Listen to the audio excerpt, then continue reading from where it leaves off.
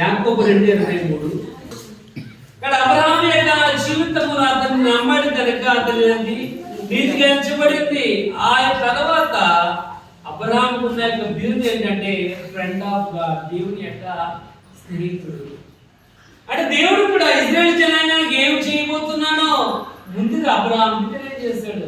ఎక్కడికి వెళ్తారు, ఎన్ని సంవత్సరాల వారు ఐగుప్తులో ఉంటారు, ఎన్ని సంవత్సరాల వారు బయటకు వస్తారు, ఎక్కడ ఉంటారు, ఎక్కడ వారు ఆక్రమించుకుంటారు, ఎక్కడ ఏ స్థలంలో వారు ఉంటారు ముందుగానే అబ్రహాముకి దేవుడు తెలియజేశాడు. ఫేస్ టు ఫేస్, ముఖము చూసుకుంటూ మాట్లాడారు. కాబట్టి అబ్రహాము దేవుని యొక్క స్నేహితుడైన పేరు కూడా అతనికి.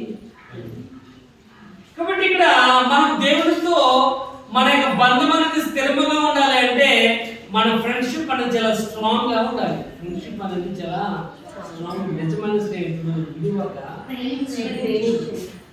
నిజమైన స్నేహితుడు ప్రేమించేవాడుగా ఆయన ఉన్నాడు కనుక ఆ ప్రేమను పొందుకునే వారిని ఉన్నారు.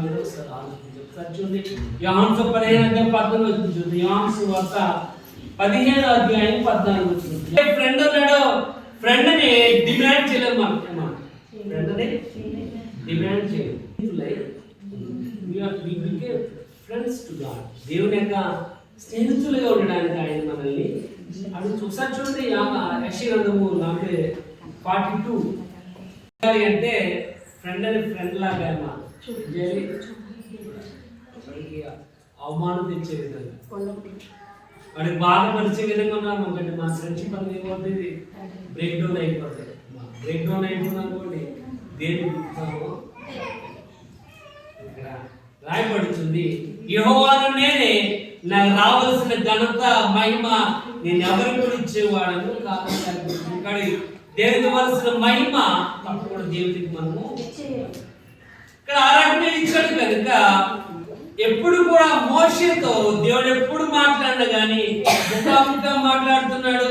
ఒక మనుషుడు స్నేహితులతో మాట్లాడే విధముగా దేవుడైన యెహోవా మోషేతో మాట్లాడుతూనే ఉన్నాడు.